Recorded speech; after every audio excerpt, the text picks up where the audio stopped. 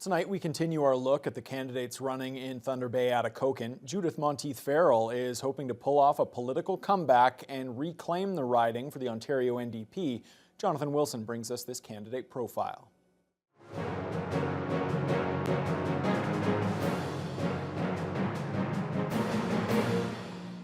Judith Monteith-Farrell was elected MPP for Thunder Bay-Atikokan in June of 2018, beating out longtime Liberal Bill Morrow by just 81 votes. 4 years later, the riding changed colors again, as Monteith-Farrell was defeated by PC candidate Kevin Holland by around 900 votes. Now she's back again, representing the NDP in another provincial election. Monteith-Farrell says watching the Ford government's actions over the past 2.5 years was all it took to convince her to run again.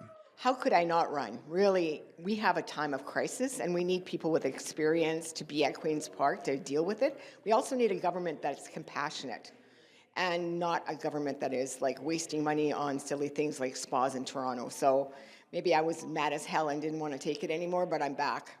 Monteith-Farrell says there are many reasons why she's aiming to win the riding back for the NDP, including healthcare, the addictions crisis, and affordable living for people across the Thunder Bay-Atikokan riding. My main priority is to ensure, A, that the voices of the people in Northwestern Ontario are heard on the things that are important to us, like our health care, our roads. And I'm also really wanting to make sure that we are compassionate in a time when things can get really rough. Monteith-Farrell says her previous track record at Queen's Park and her diligence in standing up for her constituents are what make her the best choice to represent Thunder Bay-Atikokan. And she says there's one other thing that sets her apart from her opponents in this race.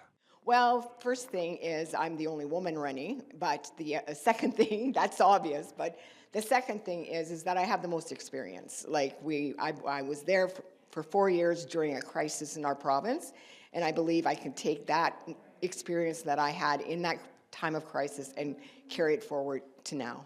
Jonathan Wilson, TBT News.